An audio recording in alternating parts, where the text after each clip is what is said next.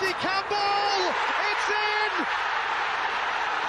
Campbell comes off the bench to be a hero! A superhero! Breakthrough! It's taken a while, but it's been worth the wait for Cardiff City!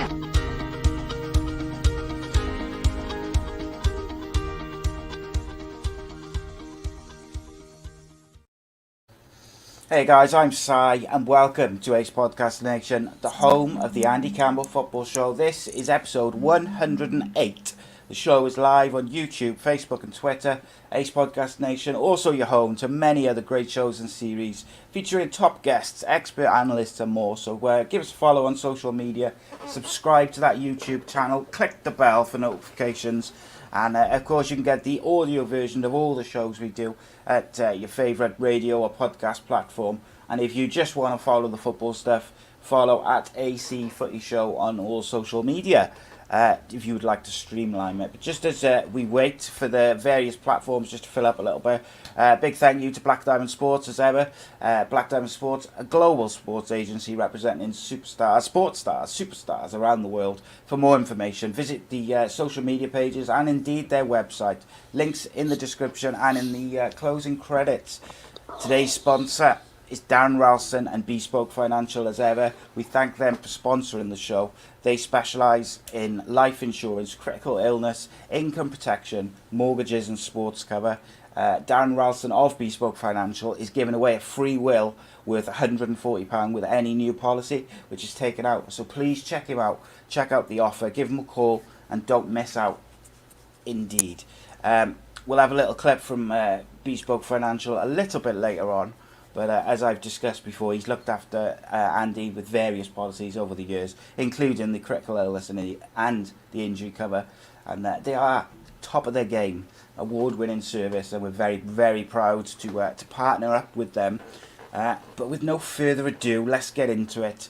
Joining me as ever, the goal collector, the fox in the box, still the QPR dream killer, ex-Cardiff City and Middlesbrough striker, Davy Jones' favourite son.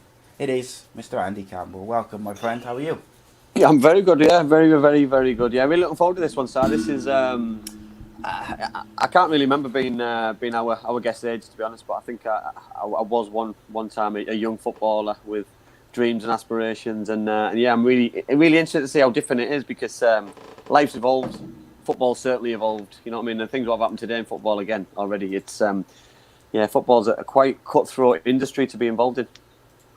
Yes, there's no loyalty in football, mate. It doesn't matter who you are. It doesn't matter if you're a club legend or not. It's going to be very interesting. But again, I'm the same boat as you, mate. You're a couple of years older than me. But I just don't remember being that young. But joining us is Carlisle United defender, Mr. Charlie Barnes. Welcome, Charlie. How are you, mate? I'm good, thanks. How is everything? Good, Charlie. Great to have you. Great to have you on, mate. You know what I mean? Fresh face. You know what I mean? And just trying to keep us all feeling a bit young and just the greys are coming through. I'm on about sign up, mate, but it's nice, mate. No, it's good. Great to have you on. It's great to have you. Good to be here. Good to be here. So I'm also very, very excited to say got a new feature which I'm going to try out on YouPair now, which is going to be good. It's going to be fun. I'm going to be very interested. So basically, it's called Tell Me Why.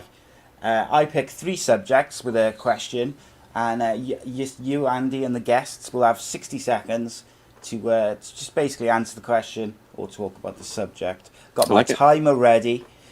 So, Andy, you'll go first. The first subject is Paul Pogba, and the question is, why should he stay at Man United past this summer?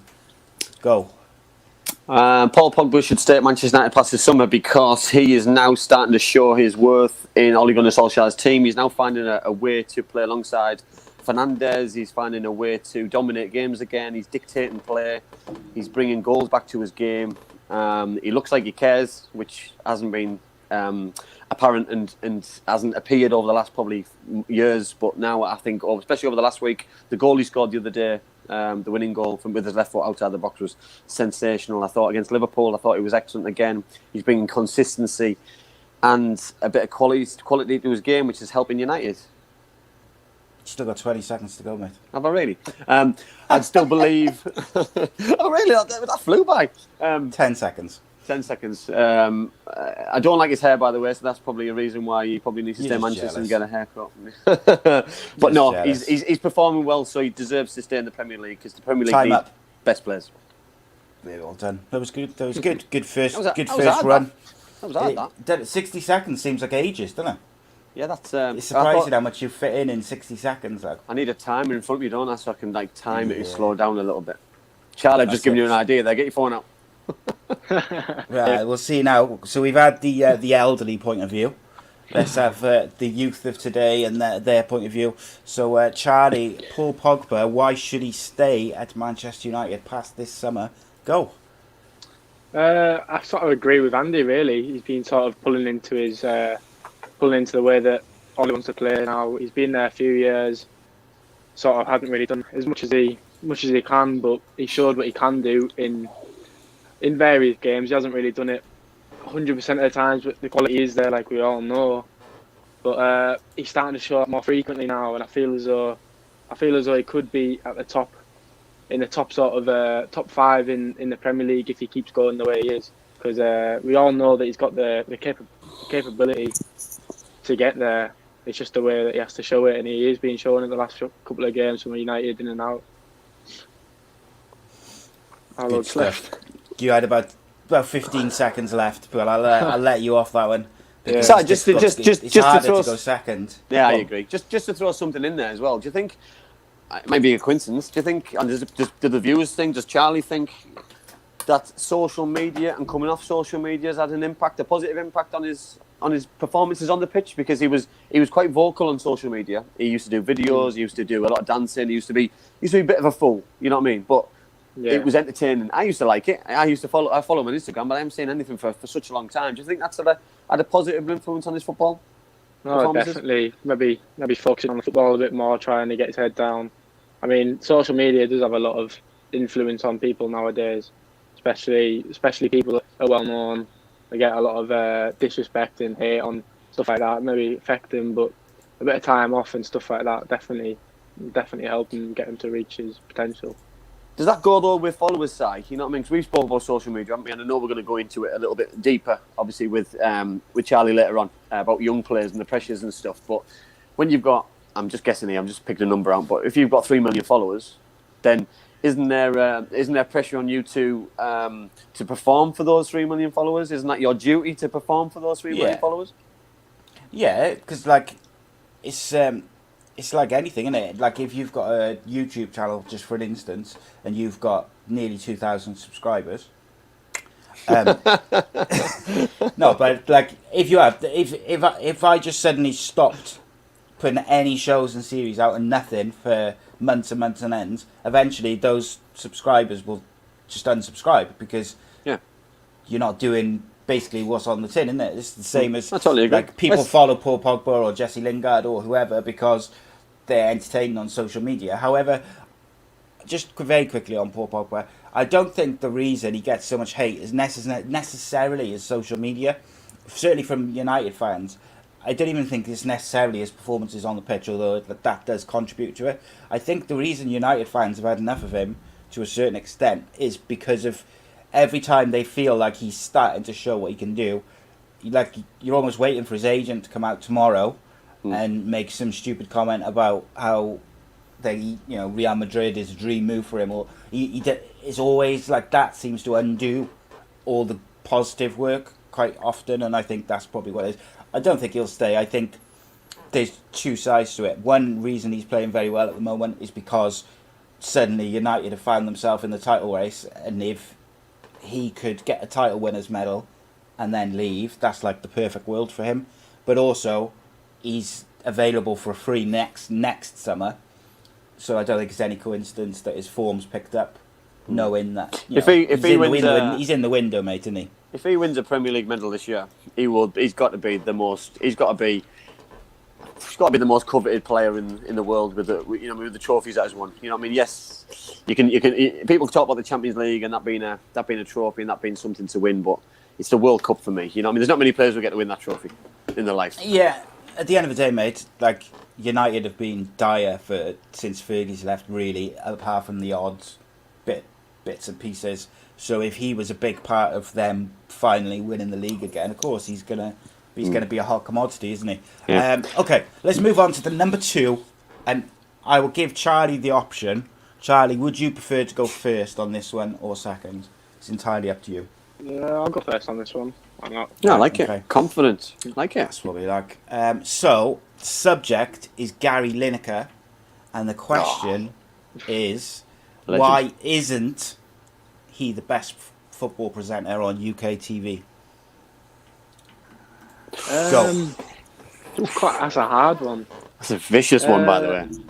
Personally, I quite like him, but I can see why people don't. Cause he's, I don't know. I'd say some things he comes across as is too nice to players. Like you see, like the likes of Roy Keane and stuff like that, digging into players that need it. Sort of, I feel as though when I'm watching him, sometimes he sort of lets them off a little bit. More of like a modern day footballer, where there's like olden days and stuff like that. He sort of got digged out a lot more, especially in the dressing room. I feel as though that's what he's about, really. Good answer. I like that. Good, that is 10 seconds to go, but that's all right. I was quite impressed with that answer because it is a tricky one. Very Gary grown-up Lineker, answer, that. I agree. And that's pretty much the avenue which I would have gone down if it was me, because like the reason why people like Gary Neville, Jamie Carragher, Roy Keane, is because they will give their honest opinion, good or bad, even if it's against the teams which everyone knows they support. So Jamie Carragher doesn't let Liverpool off the hook. Gary Neville doesn't let Man United off the hook. If anything, they probably are a bit more harsh on them. But let's see what we've had. The youth version. Let's have the elderly version. Andy Campbell, Gary Lineker. Why isn't he the best presenter on UK TV? Football presenter. Because he doesn't work for Sky Sports, he doesn't work for BT, he's not as high profile at the minute due to those TV channels and all the others I look at. Charlie mentioned there Roy Keane, Gary Neville, Jamie Carragher, you've got Robbie Savage, you've got Rio Ferdinand, Michael Owen on other channels, and I think because they've only just come out of the game, they're more relevant and more in with the younger people because they've just left the game, they've just been a manager and things. But Gary does the live England games. For me, the amount of goals that he's scored and the amount, the amount of respect that he's earned over his football career should go, and it's kept him in the job. What he's been doing for a very long time. Match of the Day is the best football program, bar none. You know what I mean? So that's for me. I'd love to see him do some more live games to see if he's got that kind of spark with everybody else. But without the platform and regular platform, to do it. You know what I mean? Because you get better with games, I find. And Roy Keane, Mika Richards, Gary Neville, all those guys, Jamie Carragher, they get better with games. They're not just one-offs. Time's up, mate. Well done. That was good stuff. So a couple of people said, Gavin said, because he's full of himself, ? In relation to Gary Lineker. Stuart Campbell, Andy's dad, says Gary Lineker is a presenter, the others are pundits, completely different jobs. And I think that's fair to say, but he did start as a pundit, so we can get Put him right back. that. Put him right back in his place, then. Yeah. Yeah, Put my dad right back in his box. I like in terms of genuine just presenters. I like the lady on Sky, and I forget her name. I'm really sorry. And I also like David Jones. I think he's on Sky as well. I think he's excellent. And listen, Ty, we can go back to... You did say something incorrect, mate. You did. You said What did I two say? things incorrect. Did I? Number one, you said Match of the Day is the best football show, bar none. Incorrect. The Andy Campbell Football Show is the best football show, bar none. First of all. And second of all, you said Gary Lineker doesn't work for BT Sport. He does. Does he? He does Oh, the for Champions League. games. Yeah, for Champions League, yeah. Yeah, but I'm on about Charlie doing live wins that one games. by We're doing default live there. games. But for me, listen, I think he's a legend in his own right. I'd love to see him do some more live games. World Cups and things are made for when he's presenting and doing that. You know what I mean? Doing the whole round purposely. Indeed. But yeah. Yeah, 100%. So what I talented. want people in the comments to do is we got one more subject to go on Tell Me Why. I would like the people to tell me who they think has won out of Andy and Charlie. In my eyes, in There's my only one eyes winner. at the There's only one moment, winner. It ain't gonna be me. Charlie's winning 2-0. It ain't going to be me, is it? It ain't going to be me. Maybe 1-1. Charlie definitely won the second one because Andy's was full of fake news. But right, Cade'll give it to me. yeah, well, it's biased, isn't it? It's biased. Right, My dad will give it to Charlie. this is a good one. Who wants to go first for the last one? The guest go can back to choose. you, Ant? The guest Go can on then, choose. I we'll think that's only fair, isn't it? Go on. I'll Charlie, do you want let to him go or first second? on this one. Thanks, Try and Charlie. get Okay. the points up of it. Thanks, Charlie. You've got to give him a chance, innit? Okay, so the final subject is Rafa Benitez, and the question is where should he go next and why? And your time starts now. Obviously, Rafa's just left Chinese football, Chinese Super League, due to, in his words, the epidemic and coronavirus. Where do I think he should end up next? There's been rumours that he's going to go to Celtic. Neil Lennon potentially going to lose his job, I read yesterday. But for me, I'd like to see him back in the Premier League, or I'd like to see him in one of the major countries, Spain or Italy, and go back to his roots. And you know what I mean? It doesn't need the contract length. He doesn't need the kind of money, but cream always rises for me, and I think good managers like that don't come around very often, and I'd love to see him being given a big job and a good job at a big club to try and go and win some more things, because the Champions League he seems to always do well in. He's been up there at the top of the Premier League for long periods, and La Liga he's done the same thing. Serie A might be a fresh new approach for him potentially, because there's always managers over there losing the jobs, and with Juventus not doing very well, and Pirlo, I don't know if he's under pressure. Maybe he could go there. Time's up. So, one thing I would say, it is a difficult one, that is, but one thing I'll say straight away, I think if Rafa Benitez goes to Chelsea, that is a massive waste of his talent. I really believe that. Although it would be interesting to see Benitez versus Gerrard, I think he's better than the SPL, and I don't mean that any offence to any Scottish followers, and certainly my Scottish co-host on to the show, but yeah, I think Rafa Benitez is better than that, isn't he? Okay, Charlie, Rafa Benitez, where should he go next and why? Your 60 seconds starts now.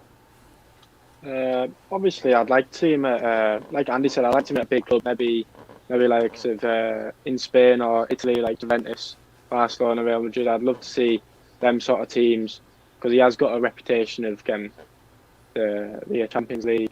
So I'd love to see him get back in the Champions League, playing good football, good team, instead of over in China, stuff like that. I'd like to see him at a big club, doing what he does best, really, like the olden days where he's at Liverpool, doing good with, I wouldn't say average teams, just getting the best out of his players and pushing sort of top every time, getting them sort of winning trophies, really, in a good division.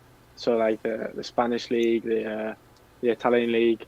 I'd love to see him back there. A bit of a challenge for him, see if he can do it again. Well done, Charlie. You had 3 seconds left that time. That was one thing Charlie said there about what I liked was he picked up on look at the success he had at Liverpool. You know what I mean? He didn't have the best of teams for me. You know what I mean? But he seemed to get the best out of players. You know what I mean? You look at Jamie Carragher. Jamie Carragher said the same thing. You know what I mean? The quality he got out of him. You know what I mean? For me, why? I'm not being disrespectful to Scottish football. I'm not being disrespectful to Celtic or Rangers, but what's he got to give to go to Scottish football? You know what I mean? Because at the minute it looks like Rangers have turned the corner a little bit. So at the minute is he fighting a losing battle, because you're battling against somebody who's turned the corner and turned the tide, so to speak. You know what I mean? And you could go there and fail. Can he afford to fail? Is he in a position that he wants to fail? You know what I mean? He's for me, from an outsider looking in, I don't know the man, but he's a very successful football manager. So for me, his next job is a massive, pivotal job to be successful.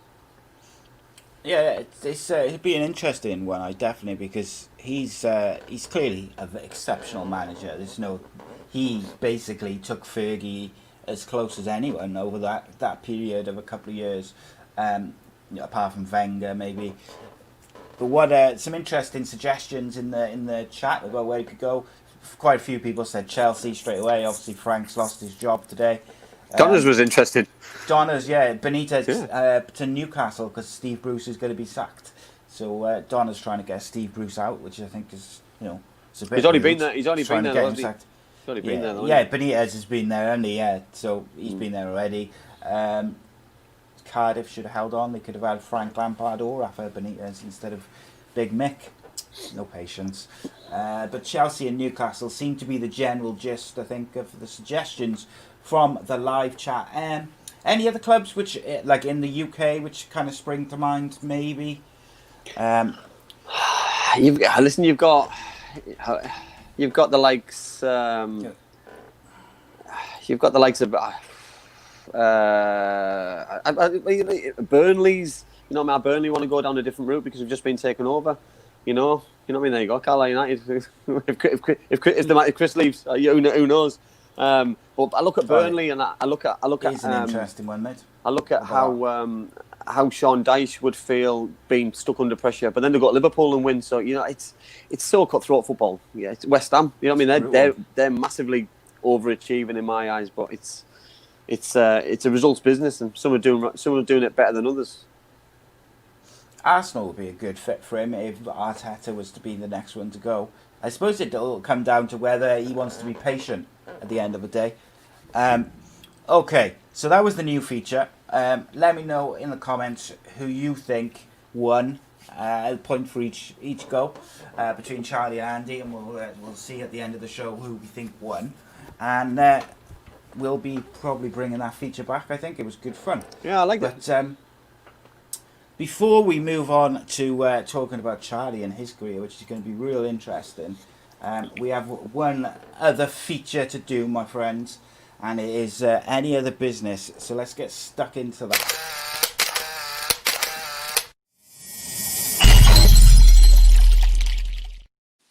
Any other business? Nice little new graphic there, I like it. So Andy, what is our first subject this evening? Just obviously FA Cup of the weekend. I know we're going to do the FA Cup show on Friday. Our live show on Friday instead of the Championship because there's only one game. But I just want to speak to you guys and just anything what impressed you over the weekend in the FA Cup. And you know what I mean. I love the FA Cup. The FA Cup's played a big part in my life as a fan, as a player, as a manager.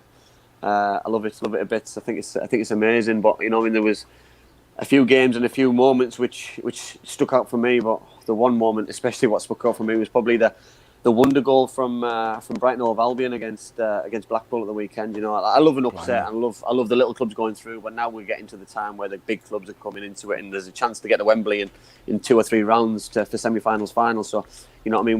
When your big players need to come to the party, and for me, a team like Brighton who were struggling, Sheffield United who were struggling, they need to start getting these victories together like they are, and they can only do so much than what they're doing. And for me, yeah, that moment stuck out for me at the weekend.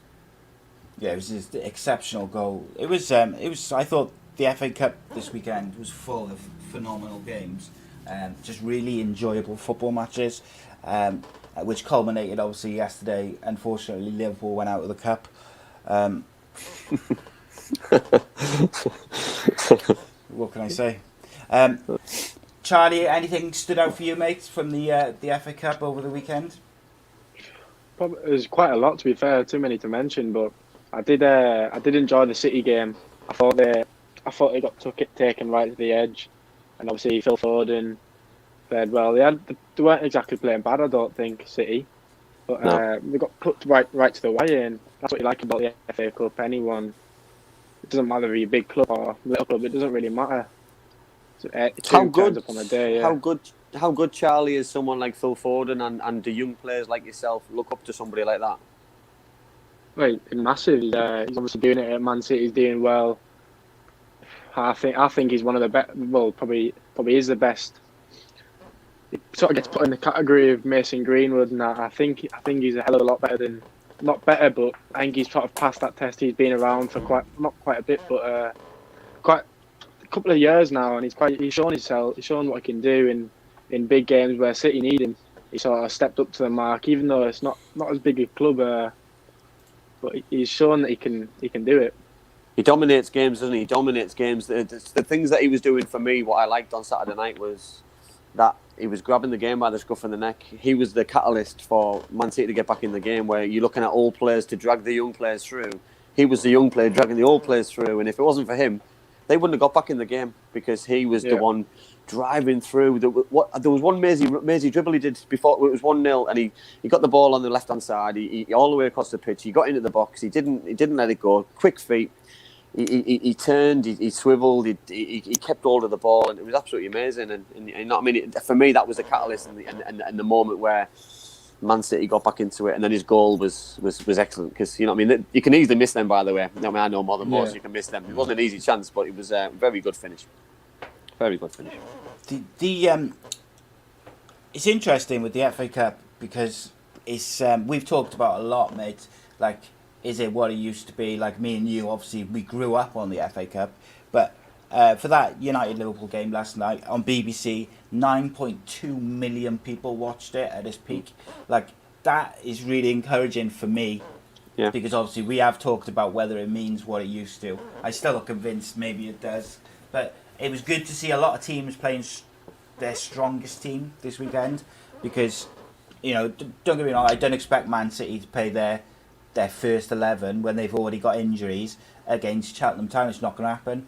But Liverpool and United, they played pretty much the best teams they could.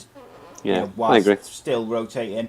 The other thing, which someone just made comment of, like we've talked a lot, Andy. Obviously, we got a lot of Welsh viewers. We've talked a lot about the young Welsh talent which is coming through just below the first team in the national on the national scene. But the England youngsters, which are either have just broken through into the national team or are just under the national team in the 21s, really is sensational, and it almost looks like potentially there could be that another, dare I say, golden generation coming through. Would you agree with that, mate? You can only look at the facts, and for me, young players were getting starved of first team football. You know what I mean? I looked at the games over the weekend. So you've got Rashford, you've got Greenwood. So there's your two wide men. You've got Jack Grealish playing for Villa, dominating games in centre midfield for Aston Villa in the Premier League against Newcastle. You've got Mason Mount, captain for Chelsea. You know what I mean? These are young boys. These are men. These are young boys playing in men's teams, in men's football, high pressure Premier League, FA Cup football. So for them to have that pressure which the managers are giving them and putting on them, I think is absolutely fantastic, and it can only make them better players because when they're put in that international field for international qualifiers for friendlies or whatever, World Cups, it's only going to give the national team chance and an opportunity to win something, because you look at the Germans, the French, probably the Belgians, so to speak. The best teams are those who played together for years and years and years and years and years, and they don't win something straight away. It's probably the following World Cup or Euros. And for me, the next Euros, which is obviously coming up, there's an opportunity. England have got probably the best opportunity to win something ever in my generation, in my lifetime. You know what I mean? And it'll be brilliant if they can get to the final or to semi-final again and give it something, because, you know what I mean, I was not haunted, but I'm still disappointed that we haven't won anything in my lifetime. I'm still reminded of the '66 World Cup. You see it all the time. Yeah. You're reminded and like everybody is, but I would just like something else to take the pressure off those guys as well, because yes, you can never take that away, but I'd like something else to hang my hat on a little bit. Yeah. So like, just off the top of my head, you've got Henderson in goal, you've got Mason Mount, you've got Jack Grealish, you've got Mason Greenwood, you've got Foden. John Stones coming back into it as well, by the way. Luke Shaw looks like the best fullback in Europe at the moment. He looks absolutely phenomenal in defence and attack.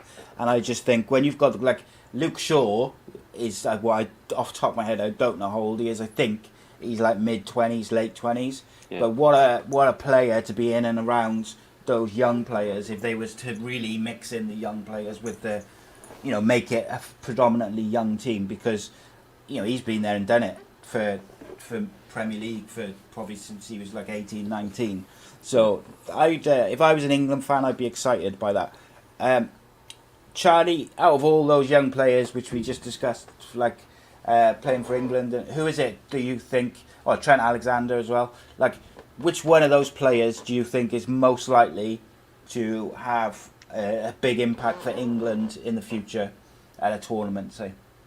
For me, it's Jack Grealish, because he's shown what he can do when he gets that chance, when he puts an England shirt on. I think it's every single game that he's played. He's not played only played a couple, but every single time he's had a chance, he's proven it. He's proven himself that he's good enough, and I feel as though he in a couple of years' time he could be one of the best players that we've got in the England squad. And he's not classed as a young lad, but I feel as though he could like be a sort of like a leader in that midfield and the wing sort of area. I feel as though he could be promising for England, really. Do you think he needs to? Since he was young as well, haven't he? Do you think he needs to leave Aston Villa though, Charlie, or do you think with the think Premier if he League wants it isn't to- competitive? Yeah. Stay where he is. I think Villa's a good club for him, obviously, because he's been there. I think he might be for the academy. I'm not too sure, but he's been there a very long time. Yeah. And he obviously loves the club. But if he wants to win something, I think he needs to go to, like there was talks of him a few years ago going to Tottenham and teams like that. I think he needs to be a bit of a bigger club to actually start winning some medals and doing something with his career, really. I think if you're playing regular and you're playing for your country, I don't see why you would want to move. But then you get to a level where it's the Alan Shearer effect we spoke about the other week. Side that Alan Shearer's biggest regret, which he's very open and honest about, is he didn't win any trophies. You know what I mean? Because he went to Newcastle. Yes, he won the Premier League, but you know what I mean. He could have won a lot more if he left Blackburn to go and sign for Man United, which would have put them to another level, far and beyond. But listen, people choose various moves for various reasons because it's the best move for them personally. But it's sometimes you don't have that regret when you retire from football that you haven't won the trophies that you should be winning, because you know what I mean. Stevie G, how he hasn't won the Premier League is a travesty. But you know what I mean. He might win it as a manager one day. Who knows? He might, mate, if he doesn't slip up. I can't help myself. I'm sorry, mate. I can't. And do you know what, right? I'm not taking responsibility for that, by the way, because that wasn't set up. That was just. You set me up. You spoke to me beforehand, and you said, "Right, I'm gonna just set that up for you." I'm not that clever. I'm not that clever, mate. I'll be honest.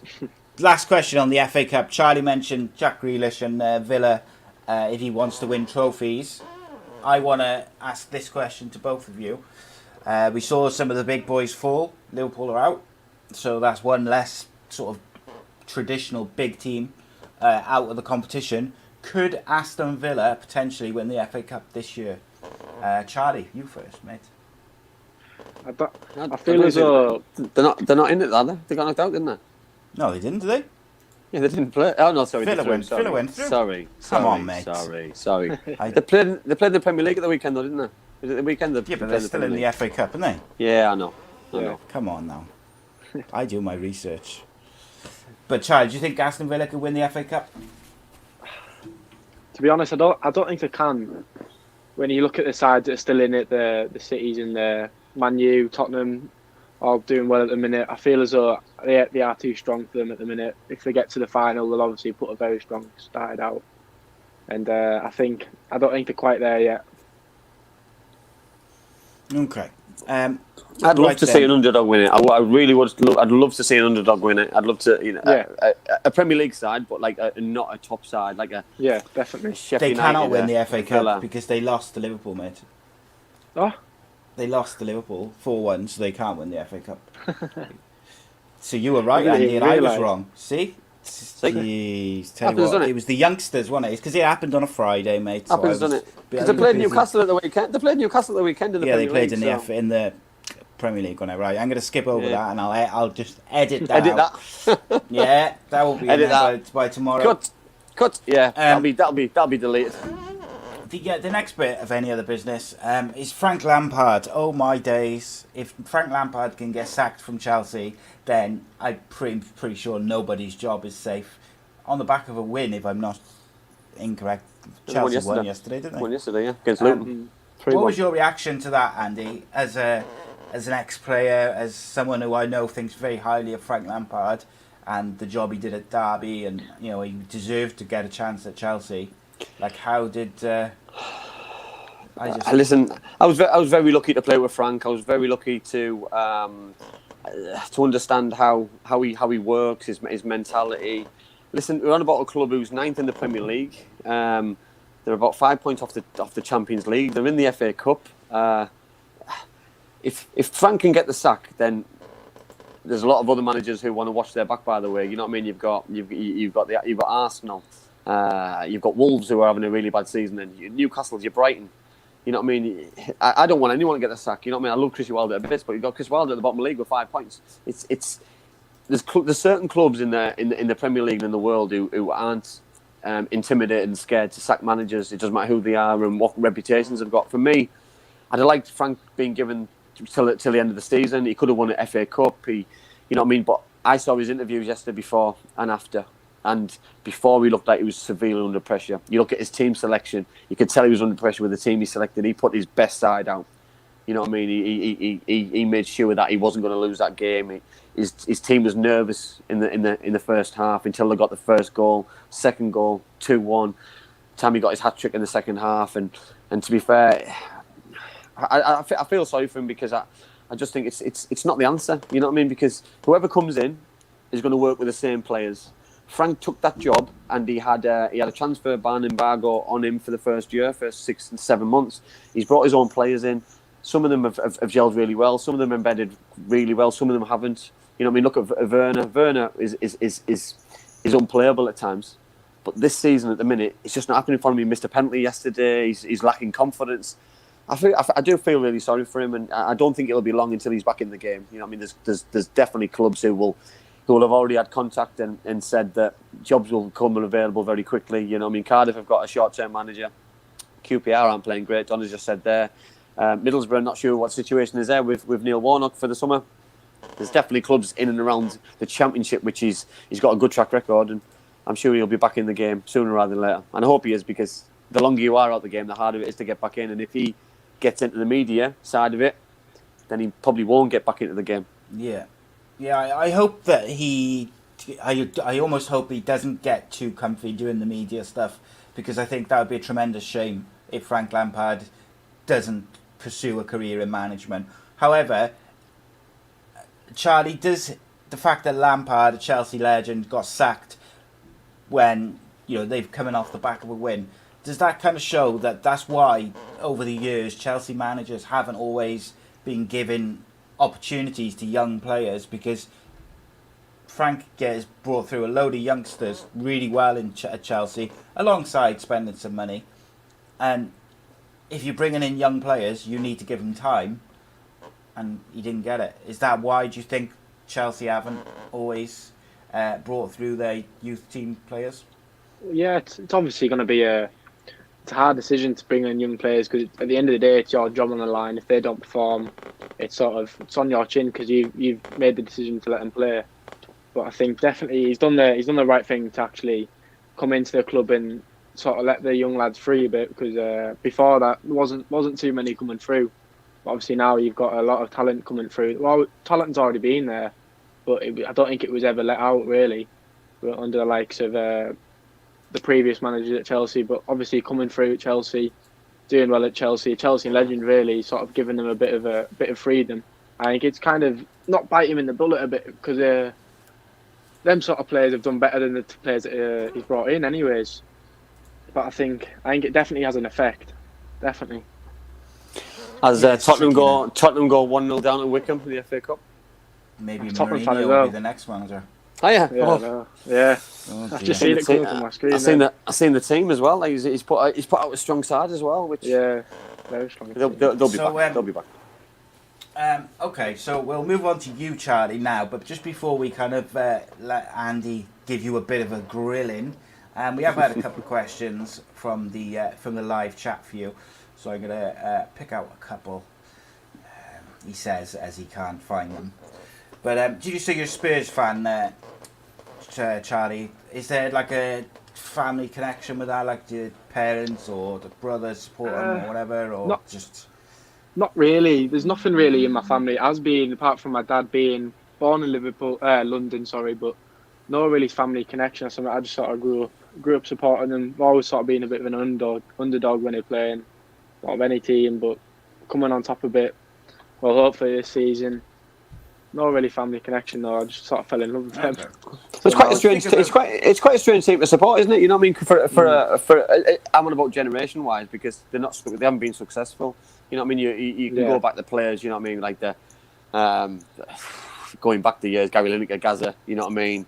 Some of the players Yeah. have had at White Hart Lane and obviously the new stadium and stuff, but you know what I mean?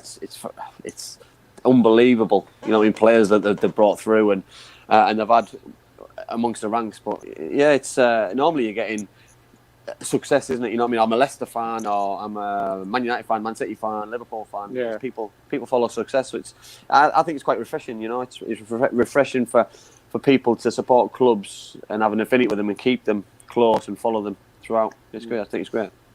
Yeah, that's why I support Cardiff, because of all the glory over the years. It's just been That was difficult. my- Okay, so Craig says, question for Charlie. As a young player, would you rather be managed by a new, young ex-player manager like Frank Lampard, or an experienced older manager like a Rafa Benitez, for example? It's a good question. Good question. Yeah, it's a good question. There's probably positives and negatives on both, really. If it was sort of like a new manager, he's probably wanting to win a lot of games, probably put his strongest side out, hoping that he keeps his job, really, and then he'll sort of experiment in the future. Whereas if you had an older manager, he sort of knows the game, knows when to bring them in, stuff like that. But you could sort of when the young players in, you've seen a lot of young managers give the young players a bit of time in the first team squad, which is good. But sometimes it can be too early. Do you know what I mean? And you sort of ruin yourself too early, because sometimes you can come in and it's just too much taking it all at once. Yeah. But I'm not too sure, really. I couldn't really decide on the spot what I'd want. Well, Andy, what about you, mate? Do you have like a preference when you were a player in terms of would you have preferred someone who's maybe you could have even played with, or like who's just come out of the game? No, I Or was maybe lucky. like someone old school. Yeah, well, I was lucky that I had two big influences in my career with Brian Robson, who just came out of the game, just retired from Man United, joined Middlesbrough as a player manager. He retired the season that I played, and he gave me my debut. So he was classed as a young manager like Frank and Stevie G and all those kind of guys. But then obviously I signed for Cardiff under Lenny Lawrence, and Lenny was old school. You know what I mean? Lenny. I think Lenny will admit that his ideas are old school. He has good coaches around him to help him do the training and do things. He's a very nice person to talk to. He's very knowledgeable when it comes to football. He knows, he's been there, wore the t-shirt. So for me, I wouldn't say I had a favourite out of the two. I think they both come with the strengths, the uniqueness. But yeah, they're both likeable traits to have for me. You know what I mean? Because you need to be very versatile. You need to be a man management. You need to be able to talk to players. You need to be able to galvanise them. But you need that also the respect as well. You know what I mean? And one thing I found about when I signed for Cardiff was Lenny got that respect for the amount of games he managed. You know, which you know, I mean, I think 1,000 games or whatever. I think during my time he hit his 1,000th game, and obviously Brian Robson got that respect because he captained England and won Premier Leagues and was Captain Marvel. So, you know what I mean. For me, as long as that word respect is ticked, then for me it's a no-brainer for anybody. And players follow those kind of people around, don't they? You know, I don't know if Lenny's still at Newport, but he was at Newport not so long ago. I think last season he was. And you know what I mean. That speaks 1,000 words for me. That someone of his experience. I'm not going to say age, but his experience is still involved in the game. Yeah, it's fantastic. Yeah, 100%. Charlie, Donna Perry says, what was your backup plan for a career if you hadn't signed for Carlisle United? I did have a backup plan. It's quite drastic, to be fair, because I've always been told I'd sort of make it, but I'd always have a backup plan. My mum and dad always made us, and it was sort of to follow my cousin into the parachute regiment. I've always loved stuff like that, sort of in the army, stuff like that. I like that. Good answer. And to be fair, Si, I've met Charlie's mum and dad, and they're very grounded, they're very humble, fantastic people, and yeah. So I didn't know that answer was coming there. By the way, that's a great answer. That's a fantastic answer. You know what I mean? That's something that, you know what I mean. I know my dad's watching the show, and I went on my work experience when I was a kid to my dad's work. My dad used to draw pipes at K-Home Engineering, and I went there for work experience, and it wasn't for me. Didn't like pencils, couldn't draw. So it was probably a wrong place for me to go, wasn't it? Yeah. I did my work experience in child sports, and on the last day, so like on the Friday of the last week, day of the week, they sent me to the other store, the other side of Cardiff, and told me to ask for a long wait and a skirting board ladder. And then I was like a 15-year-old spotty kid, didn't really have a clue what was going on. And I went and sat there for like an hour, and they said, "Oh, you can go now." And then as I was walking out, they went, "Oh, did you still want the skirting board ladder?" I still didn't get it because at that time I didn't know what a skirting board was. So I was like, "Oh yeah, okay, I'll have that as well." But there you go. It is what it is, I suppose. Did you get it? I got something, yeah. I got sent home. I was not happy. But there you go. It's the old, like Brian just said, it's the old tartan paints, skirting board ladder. Classic. So it's classic. They never get old. Your dad asked Charlie a question, which it was a really good question, and I can't find it. But yeah, it was basically, to paraphrase, and I apologise to your dad if I get it slightly wrong, but obviously over the shows we've talked about the change now with young players and youth players not doing chores around the ground, like cleaning boots, etc., stuff like that. And I think it was something kind of down that route with, does Charlie do stuff like that around the ground, or did he before? But I can't find it, so I can't say for definite. But do they do that at all at any clubs, like chores and things like that? Yeah, well, I'm not too sure about obviously higher up in the sort of Premier League and stuff like that. I'm not too sure about them sort of leagues, but as a YT, I was cleaning boots, cleaning changing rooms, picking up wet slips off the floor, putting them in the laundry and stuff like that. But since I signed my pro, I haven't had to do any of that. Yeah, rightly so. By the way, rightly so. That's the cut-off point when you sign your pro contract. But for me, just listening to that it's refreshing because music to your we ears, spoke. mate, Yeah, because I think listen, we had Robbie Stockdale on, who was academy manager at Grimsby Town, and he said that he instilled it, put it back in place. That it's so important. It grounds young people, young players, and for me, it was the happiest time of my life. I said it a couple of shows ago. For me, it's the thing that young players need. You know what I mean? To clean boots and have that respect and have that opportunity to earn the respect and earn the right to be a pro. You know what I mean? That's what it is. You earn the right to be a pro. It's not just about playing. It's the whole package. You know what I mean? On and off the pitch and becoming good people and young people. Even Becky's getting into it now. It's just outrageous, isn't it? But no, for me, Stevenage, man. Is that what he is? That's quality. Yeah. Lovely. In the game. But no, it's great. That's great. That Charlie. That those things are still instilled. So who's in charge of them at Carlisle? Well, it is the youth team boss. So the Eric Kinder and Mark Birch at the minute. Yeah. But I'm not too sure. I don't know whether they're doing it at the minute just because of the COVID rules. We sort of isolate from each other in the little bubbles and that. But they definitely still do. Yeah. Yeah. How did you feel, Charlie, about doing those chores and the jobs and stuff around the ground, like as a YTS? Like, did you kind of not enjoy it and feel a bit like you shouldn't have to do it, or was it, like Andy said, like quite a lot of fun and you just kind of getting on with it and stuff? I'm genuinely interested, like how young players now view it compared to back in the black and white days when Andy was playing. Yeah, well, obviously at the time, I'm not gonna lie, I didn't like it. I always used to try and get out with them, but I always had to do them in the end to get away on time. The faster you did it, the faster you could get away at 3 o'clock and that. But now that I look back on it, it was important because you do learn. It's like simple tasks like that. You do learn a lot from them. It's only sort of now that I don't have to do them really. You sort of learn. You feel lucky that you don't have to do it, so you do learn a lot from them.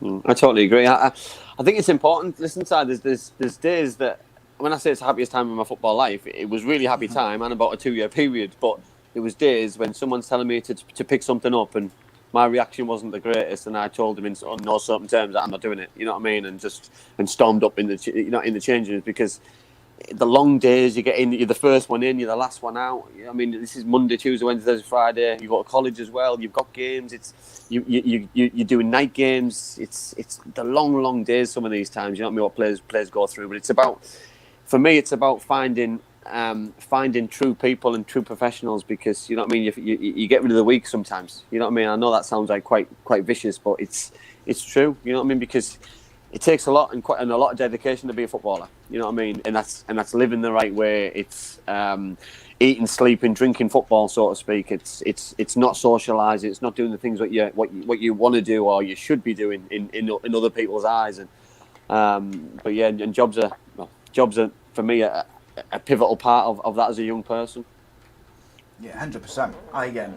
I'm a big advocate of it. Obviously, probably because I never had to do it and being not good enough to play football myself. But Charlie, one thing I was kind of interested in to ask you was I've got 3 teenage boys who two of them play football, and I'm just kind of interested in how you kind of got scouted and that kind of came about and you started playing academy football. Was there a particular game, or did they watch you for a while? Was it a bit of luck? Yeah. Well, it took quite a while, to be fair. I used to play for a Sunday league team and a Saturday league team, so I was always playing Saturday, Sunday for a few years. And it would be every year or every sort of summer that Carlisle would come and try and take me, and I'd always go for the trial, but they'd always want us. But my dad never let us join until I was I think about 15, because he wanted me to earn sort of a bit of, because at clubs like that you don't really win any trophies, you don't really win any medals and stuff like that. He wanted me to do the Sunday league, sort of getting tough enough a bit, and then I could go see if I was ready then. The way he said it to me, he sort of goes, you never know what might have happened. Sometimes they just get you then, you're too young, they just sort of drop you out. But if you keep carrying on and they keep asking for you, then you're obviously doing something right. You're going in the right direction. You're obviously what they think you are. So it was when I went to William Howard, my secondary school, that my dad finally let us join. But he wasn't a big fan of it at the start. I think he wanted me just to do like a bit of a normal job. Is it right? Am I right to thinking, Charlie, that if you do sign for a club, you're then not allowed to play for your Sunday League team as well? Is that right? So once you sign there, and I think that's probably, I'm not saying that I know the reason why he did it. You know what I mean? But that's why a lot of people like their child to continue playing with the mates, because it grounds them a little bit. They're guaranteed more regular football. There's a lot more competitive football, and the leagues which are available now are competitive, very competitive. Yes, they might not get the training as many times as professional clubs do, if that's 3 times a week. But and I know there's a lot more scientific training. You know what I mean? Conditioning, etc. What goes on now in academies and stuff, and at football clubs. But for me, sometimes kids should be kids. And kids need to play football with their mates and enjoy it and still have that passion. That I was quite similar. That I didn't sign for Middlesbrough until I was 14, and people had already signed for 12-year-old, 10-year-old, and part of me started to think: have I missed the boat? Have I missed that opportunity to sign for a club? Well, there's a lot more clubs to go and play for. So I'll try here, I'll try there, and it's sometimes timing's everything. You know what I mean? I know somebody put something in there about timing, and you know what I mean. People hold you back for the right reasons, and you know what I mean. Obviously, your dad's reasoning behind it was fantastic, and just keeps you hungry for me. You know what I mean? And I was lucky. I had that support mechanism at home where my brother played football, and my dad pushed him, which I saw, and my mum pushed us both, and dad pushed me as well. And it was. Yes, I think family plays a huge part in young players and success, which I think is key for me. Yeah, 100%. The other thing is, so I completely gone. I forgot. I had a question then, and I just completely. That's what I was going to ask you. So, and there's a boy. When my boy was playing under-7s football, so like his first season of football, there was one boy in his team who was phenomenal. He is really good. And his Cardiff signed him at 7, like their first year of playing football, And he was no longer, by the time he went into under-8s the following season, he was no longer allowed to play school football. He was no longer allowed to play for the team they played for. And he was no longer allowed to, he was asked not to go and play football in the park with his mates because they wanted to protect their investment, I guess. And my issue with that is, like, you're taking away all those different things. Like playing football with your mates is where you try out things that you would never do in training necessarily. Playing on a Saturday is where you build relationships and you learn how to be a footballer. Playing for your school is how you do the same thing. It's like a lot, and I almost feel like in some ways clubs, I know they've got to take it seriously, don't get me wrong, but like 7 seems very young to do that. Too young. Agree with that, Mitch? Too young. For me, Too young. I think it needs. Kids have to be kids. Kids have to make some errors. They have to.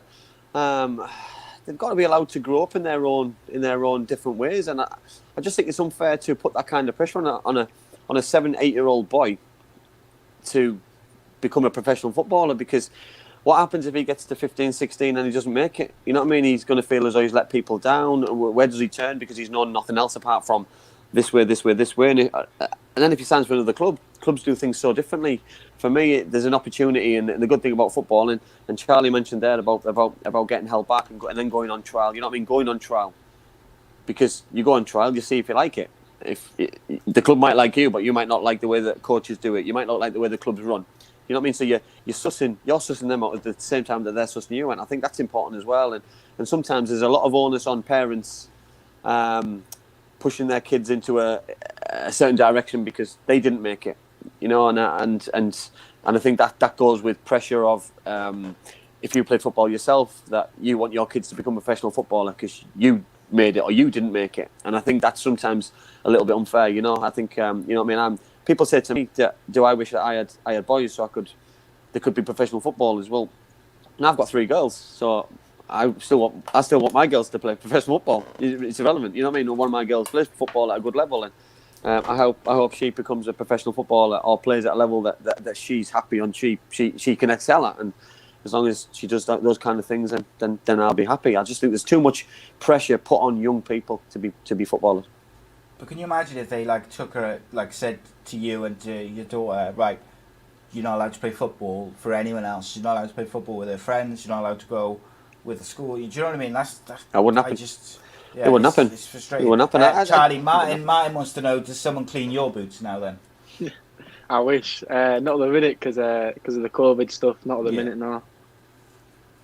Sorry, Andy, I cut you off there. No, it's all right. I'd say I like that. Obviously, COVID apart, but when you've got a young pro and you've got a white days cleaning boots, you know what I mean? That I used to always love Christmas because Christmas was the best time of the year, because you used to always get a little bit of a bonus from your boot boy, and always the young pros always paid better than the players on big money, by the way. So just to throw that out there, you know what I mean? There we go. A couple more questions for Charlie. Gavin said, "What made you take up football?"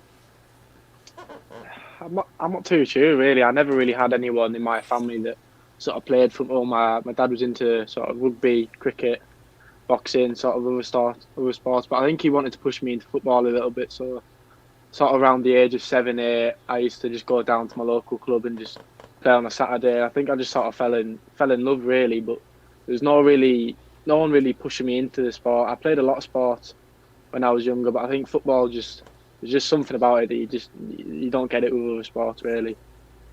Yeah. I totally agree. I think it's regrets as well for me. You know what I mean? That if you're talented and you're good at something, and someone's giving you that ability to give something back to other people, and I mean supporters who can watch talented footballers play, and obviously when fans are allowed back in, by the way, and just and pass that on to other people and play with your mates, keep healthy, keep fit.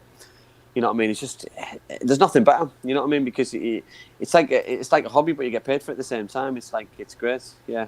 It cost me about 20 quid a week.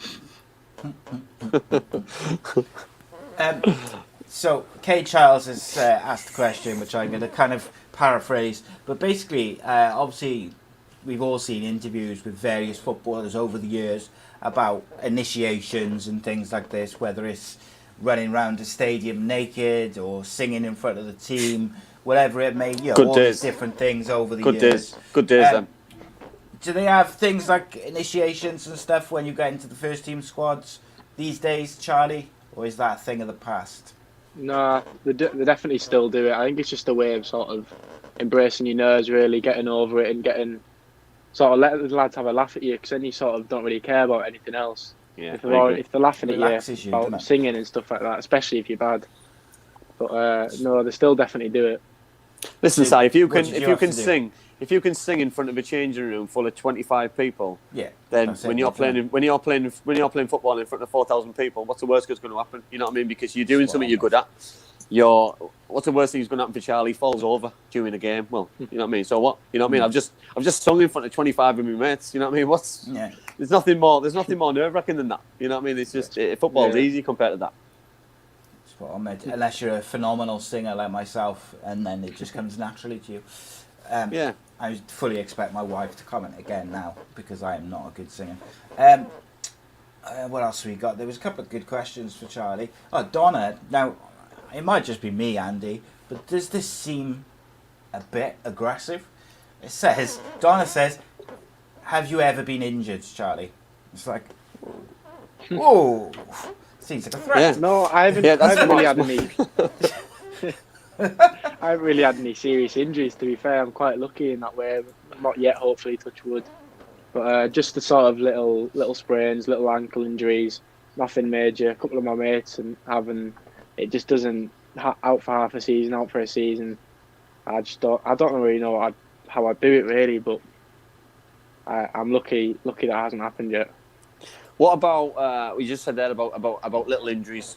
So then I'm gonna talk about then lifestyle and recovery and things. But so how important is recovery, Charlie? Then after games, if you have got injuries and things, you know what I mean? Because I'll talk about recovery. My recovery after a game back in 2003, 2004 used to be a couple of pints in the players' lounge after a game, going to town, have a few more pints, have a curry, a few more pints, wake up, go on the drink all day Sunday with a couple of players, and then you go to train the next day, and the cycle starts again. You know what I mean? So you're not giving yourself, your body, chance to recover. You're not giving your legs, you know what I mean? And then you probably wondered why you were tired. You probably wonder why you were picking up silly little injuries every 3, 4, 5 weeks and things. But how important is recovery to you, and how important, or do you get it drummed into you all the time by coaches and physios and stuff?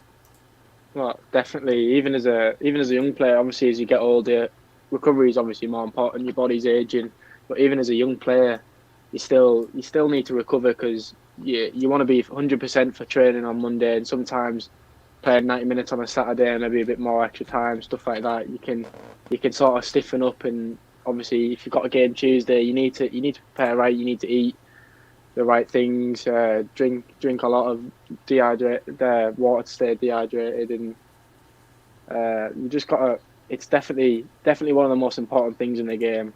Your recovery, it helps in a lot of ways.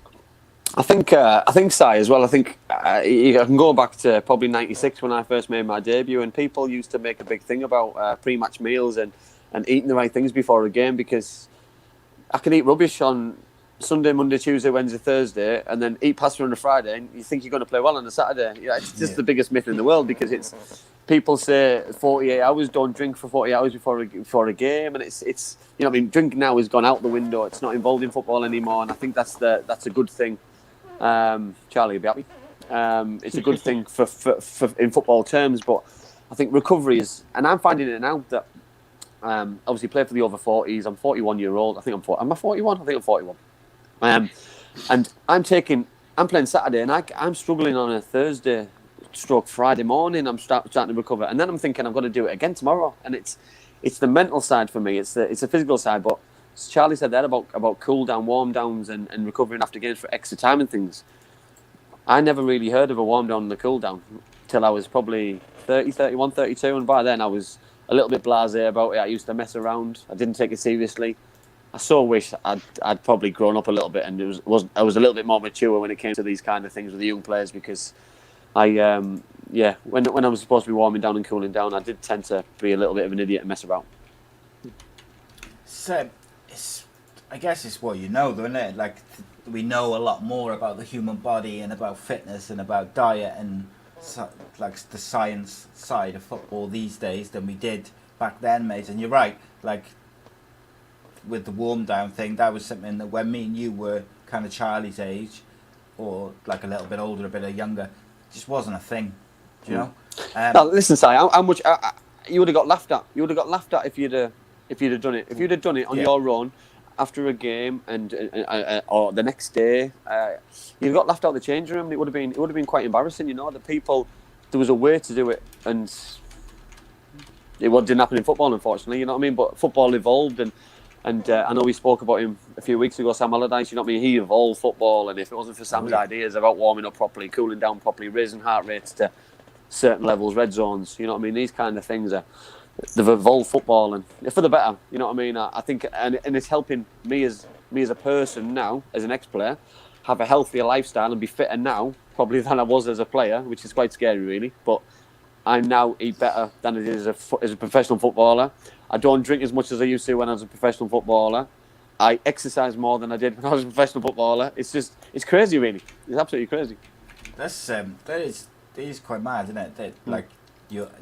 But I'm probably lighter than I was as a professional footballer as well, which is it's madness. Madness. Martin Spade says, what goals does Charlie have with regards to his football career, and what doubts?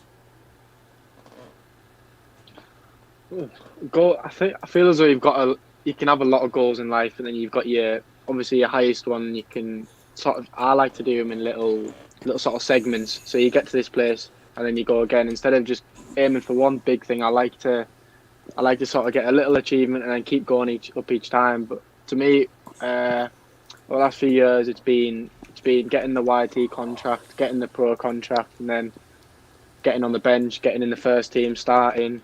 Sort of little goals, really, and I hope one day that obviously I can get into my bigger goals, which I've obviously got into sort of like the championship. I'm not too sure about the rest. I think doubts and self-doubts. I think they're just as important as goals from each side, because they're the things that get you. They're the things that will keep you on your toes and keep you dreaming and keep your aspirations lower. You know what I mean? Charlie mentioned there. You know what I mean? That the championship. You know what I mean? That I remember being Charlie's age, and if somebody asked me that question at Charlie's age, I'd have said play for England, because that's the kind of that was the kind of mentality that people.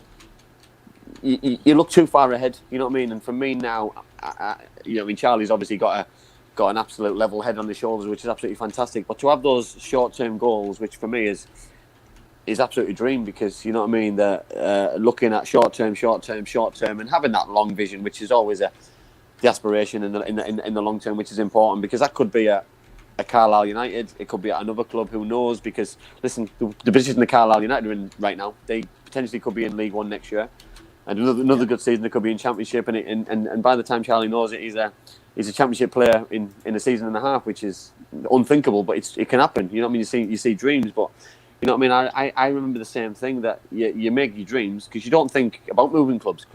Moving clubs is something that never really crosses my mind. It never really crossed my mind. When I was at Middlesbrough, I wanted to play in the Premier League. Championship, I wanted to play back in the Premier League because I didn't want to leave. You know what I mean? And you leave. It's the same as Cardiff City. When I was at Cardiff City, my aspiration was to play back in the Premier League. And that was when I was in League One. You know what I mean? Because I knew I had a dream, and I knew Sam had a dream, and I knew Lenny had a dream, and I knew the players had a dream, and your dreams have all sometimes got to be in sync and matching. And if they all matching and they are in sync, then you've got an opportunity to succeed.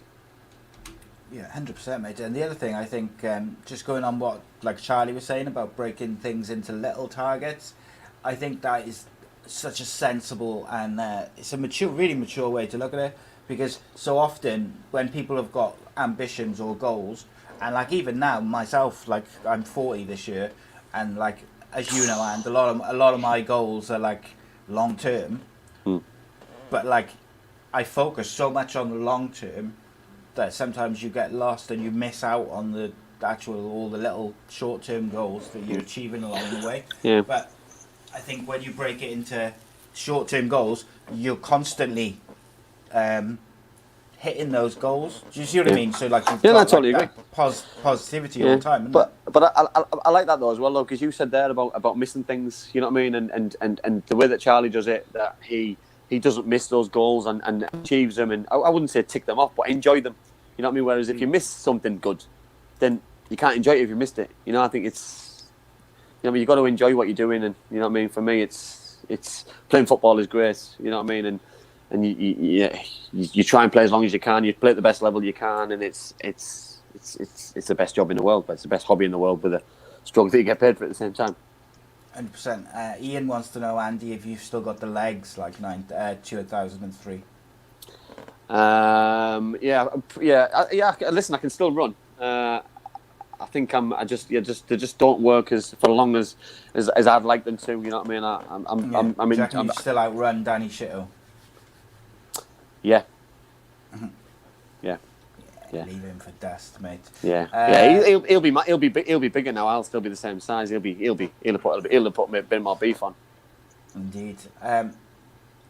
Charlie Stuart Campbell, Andy's dad, asks, what's better, scoring a goal or keeping a clean sheet?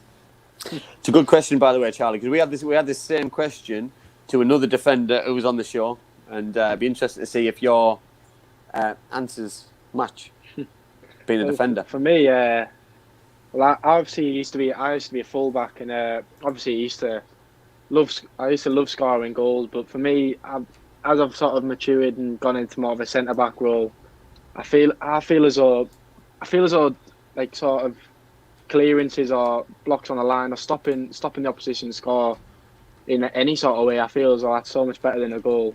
Well, sort of, if I scored, I'd feel good. Obviously, you obviously do, but I love like I don't know how to describe it. I just love defending, and it's just sort of a better feeling for me.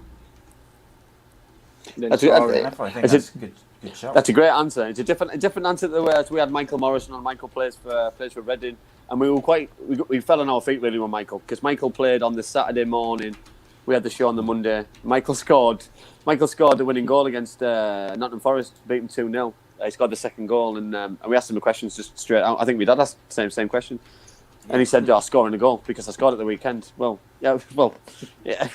It's one of them things, you know what I mean? But like I know what you're saying, you know what I mean? Because I used to know players who we would win 4 or 5-1, and they would come in the changing room after we won 5-1, and they would come in screaming and shouting that they hadn't kept a clean sheet, and it'd just be like, oh my god, you know what I mean? Like, well, steady on a little bit, we've won the game, but goalkeepers, defenders, fullbacks, defensive midfielders, you know what I mean? Willie Boland's Willie used to be horrible for it. He'd come in after a game and he would shout and scream because it affects people, and it's like their goal. It's like you know what I mean? They set out at the start of the game to achieve that short-term goal in that game, to do that. Whereas, you know what I mean? It's as a centre forward, you're judged on your goals. And so if you get beat 5-3, you score 3 goals, you've done your job, but you're still disappointed. But it's having those aspirations yourself during the game, clean sheet, clearances, shots on target for a centre forward, crosses for a winger. The little things are so important for each player in each position. Yeah. As you know, Andy, Willie Boland changed my life for the better. You did, yeah. And, I love that. It's my favourite thing. Donna says, Charlie, who is the most famous footballer that you have in your phone book or your phone? Good question. Famous footballer. I don't have many. I don't have any really. To be fair, I've got my pals and stuff. One obviously moved from Carlisle to Everton, Jared Branthwaite. But I don't think I have any others. Obviously, the lads that play at Carlisle and stuff. But I'd say Jared Branthwaite at Everton, now on loan at Blackburn. He means me.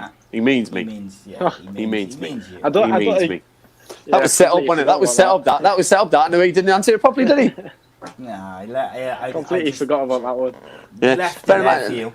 One thing I will say while we're on this, because somebody asked the question at the start about the injury to Dale Fry, and I wanna on this show put it to bed, because obviously Jared was involved in the incident yesterday with Dale Fry, and people have been quite critical of the young lad about what he did, and for me, he tried to win the ball. It was a misjudgment. It was a bad tackle, but it didn't mean it. He wasn't looking at the man. For me, it was a complete accident. Yes, it was a penalty and a foul, but that's another issue. You know what I mean? For me, I don't think he meant it. Horror injury, shocking. And as long as Dale's all right, I think we can move on and forget about the whole thing. For me. Yeah, I haven't seen that one. Okay, I shouldn't have mentioned that, because like a load of people have just said, what did Willie Boland do? Yeah, no, I'm. And then my missus just came into the chat and she was like, I can hear my she said, my ears are burning, Willie Boland. When then Gaz has just put, what did Willie Boland do? I'll tell it at the end of the show. I'm not telling it now because I want to talk to Charlie about it. One thing I want to talk about, Charlie, we mentioned earlier on about social media, and you said about good, as long as it's used properly. Obviously, you're on social media. Obviously, I follow you on social media. I see what you post, which is always fantastic. It's always nice and positive and things, and you know what I mean. And you can use it for whatever. But is social media an extra pressure on a young footballer to be perceived as something? Do you feel any pressure to be on social media and write certain things?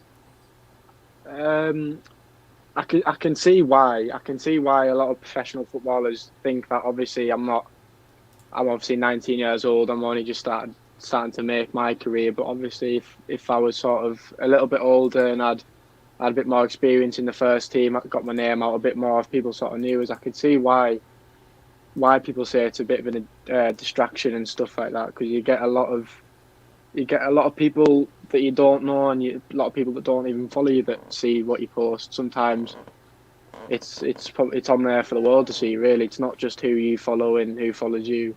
I feel as though it's out there for everyone to see, so you've got to sort of post things that no one can sort of bring any negativity to, really. Are you a kind of person who will post something and then read comments back if a lot of people have commented? So you know what I mean. So you let's say you put a post out there. It might be about football, it might be about anything. I don't really, it doesn't really matter. But would you read everyone's comments, good or bad? Yeah, definitely. I'd always read them.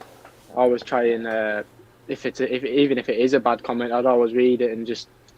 You always say just take it on the chin, stuff like that. But things like that do affect you. You can't really say that it doesn't.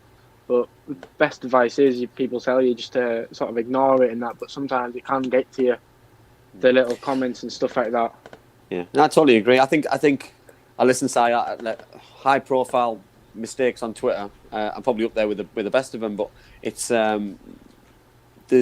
there's reasons why people post on Twitter. You know what I mean? That we've spoke at long lengths about Jude Bellingham. You know what I mean? That obviously Jude, young player, Birmingham City, made his debut at 16 years old. Ended up signing for Borussia Dortmund at 17.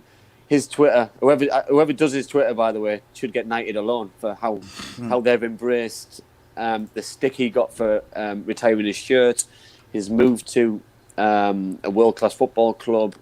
How he seems to be a grounded young man is fantastic, you know. And then we spoke about Paul Pogba, we spoke about Jesse Lingard, we spoke about other people. I'll put myself in that bracket. You know what I mean? The tweet that I put out about Dave Jones. When you're in a bad mood and you write things and put it on a platform, which once it's out there, forget you're deleting it, because for me, I'm not a big fan of that. If you put something out there. And it's good or bad, do not delete it, because you put it out there because people can screenshot and it's out there forever. So, you know what I mean? Live and die by what you put. You know what I mean? I put it out there. Do I regret it? No. You know what I mean? Would I have changed it if I did it again? Possibly. I might have reworded it a little bit. But listen, it got people talking. It got my point across. Frustration, anger, whatever. And you know what I mean? I like players being real. I like players being relevant. You know what I mean? It stands out like a mile. Certain players not doing their own social media and thanking fans after games, you know what I mean? And you know what I mean, for me it's just fake, it's plastic, you know what I mean? Let players be their own person and engage with fans and have conversations with, you know, like Charlie said, he reads every comment, you know what I mean? So if that means that you send a laughing emoji back because it's not a very good comment, then yeah, do it. But if someone sent something really nice and you want to engage and have a conversation with them about something, then that should be allowed as well, because we're all human beings, we're all in the limelight on the bus come back from a game, and I think it's important that players and fans have that relationship, because they don't have it in real life, because it's players are quite separated. Where social media, they can have that relationship together with players.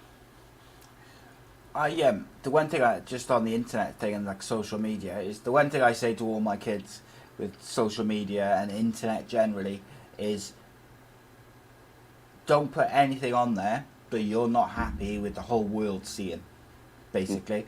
Because once you put something on the internet, even if you think it's encrypted, private, whatever it may be, it's not. It's there forever, and that's it. And I think, like, I've been really impressed with like the way Charlie's answered a load of different questions tonight, and just talked about things like social media. It's very like mature way of looking at it. And like we've said, and multiple times, we are so glad that there was no social media when we were 18, 19, 20. I'd be in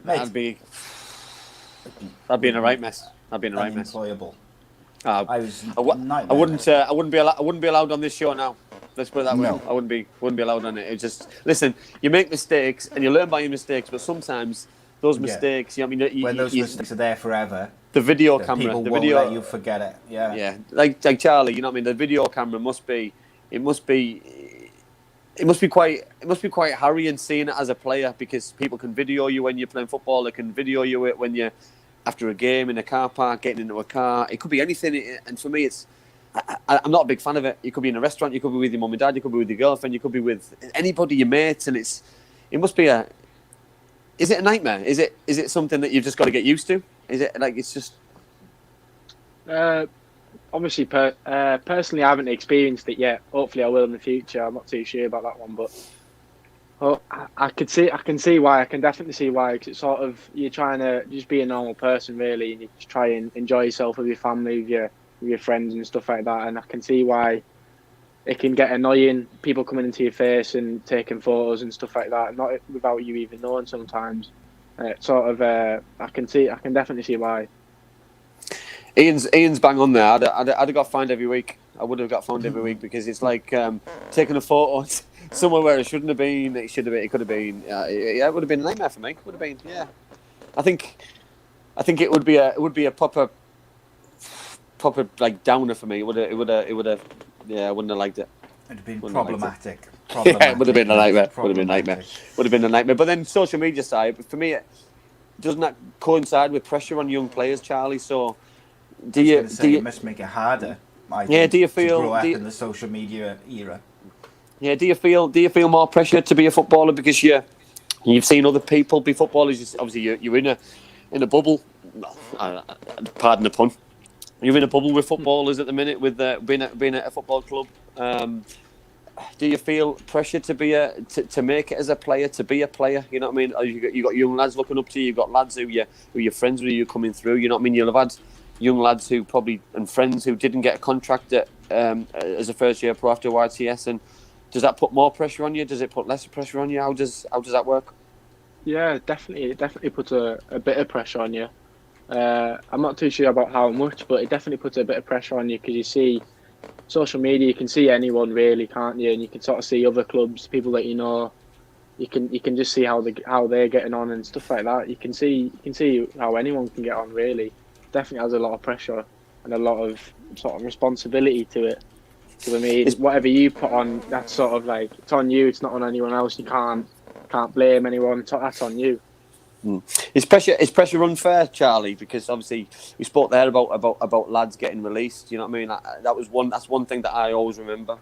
Always remember the day of lads getting released at YTS and not getting that opportunity to become a pro footballer, and the guilt that I felt that I got offered a contract, whereas lads in my position, lads who I class as really good friends still, that they didn't get that opportunity. And listen, there's never any animosity, there's never any hard words. It was just, I just felt horrible at the time that I got offered something that they didn't.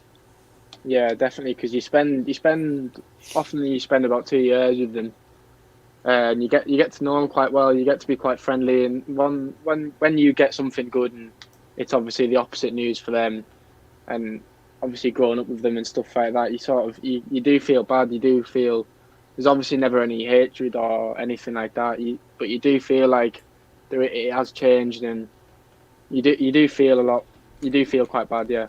But also, you've also got to see the other point, haven't you? You know what I mean? And I think I felt guilty, but then also I felt very relieved and very lucky that I was chosen to push my career forward in a different direction, and that if I did feel sorry for myself, then I wouldn't get this opportunity, and I'd regret it in the long run. So I mean, sometimes you've got to be selfish, sometimes you've got to be definitely very honest and open with yourself that you only get this opportunity in life once, because if you don't take it, someone else will take your opportunity at the same time. Yeah. Well, yeah, definitely. Indeed. Your dad wants to know what happened to Magnificent Seven Hands. Yeah, I've seen that. Has he been asleep for the last hour? You must have missed the new one. He's too busy sending messages on WhatsApp because they keep popping up on my phone. Stop it. Yeah, there you go. Stop it. One thing I'd like to talk about, Charlie, is players who you copy, replicate, aspire to be. You know what I mean? So who's the one player or two players who are your heroes, who you aspire to be? Are they Tottenham players? Are they old Carlisle United players, or are they just somebody out the left field? Yeah, obviously when I say this, I think I'll get a bit of stick, but even the likes of John Terry, I do look up to him, even though he's a Chelsea player. I do look up to him. I feel as though him and the Rio Ferdinand, I feel as though they are probably one of the best centre backs in the Premier League ever, really. The way I see it, but definitely them two, definitely Rio Ferdinand and John Terry. So what is it about them both? Because obviously both very different defenders, aren't they? You know what I mean? Look at John. Yeah. For me, John didn't really. He didn't play as in much on the ball. He just pure defender, headed everything, kicked everything, and it was a proper defender. Where Rio's Rolls Royce comes out with the ball and likes to get on the ball, like yourself and stuff. So do you try and take traits off different players and trying to add them in? Yeah, definitely off both of them, because like you said, they are different players but play the same position. It is really sort of, because they both really sort of wear the heart on the sleeve, which I like as a defender, because if you're sort of like the back line, so you're sort of like you got to be like a brick wall sometimes, and that's what I like about John Terry. He's like no nonsense, sort of the no nonsense defender, and I like that about him. And with Rio Ferdinand. Yeah, I think one thing about John. Just talking about John, one thing what always sticks in my head about what he did was the day that he played in the cup final. And he got knocked out trying to head the ball off the corner. And I just think if one moment explains how important a player is who just puts his head where people wouldn't put their feet, was that moment for me. You know what I mean? And John just. You know what I mean? He doesn't get the credit what he deserves because of his issues, what he did off the field and things. Sometimes everyone forgets what kind of a player he was and how good he was. You know what I mean? He was a leader, Chelsea captain, England captain. He's won so many caps. He's won so many trophies. I think sometimes it's disrespectful. Whereas Rio's Rolls Royce. Rio had everything. Really bad. Yeah, Rio had everything and more. But is that somebody who you look at as a ball playing defender coming out with the ball and picking a pass and just being comfortable? Is that nearly right? Yeah, it's definitely on Rio Ferdinand. That sort of part of it. Yeah, definitely. Which I think is important, though, isn't it? Because I remember I'm going back in the day. I think it was about 94. Was it 94, 95? Rio came to Middlesbrough on trial before he signed for West Ham, and Rio came as a centre forward. So I was playing up front. I started playing up front with Rio Ferdinand. I was already a stand schoolboy. I was playing alongside Rio Ferdinand. Rio Ferdinand, I think he scored 2 or 3. Got offered a contract straight after the game, and I'm thinking, hang on a minute. You know what I mean? He's been here for a game. He's been offered a contract. He turned it down because he was going round all the clubs to see what it was like. You know what I mean? I think he always knew he was going to sign for West Ham, and I knew then that he was going to be a player. I never thought he'd be a defender. I always thought he'd be a centre midfielder because he had the legs, he had the confidence, he had the arrogance. He was good on the ball. He could pick a pass out. He could score goals. He was quick. He was strong. He was good in the air. He had everything to play in the middle of the park.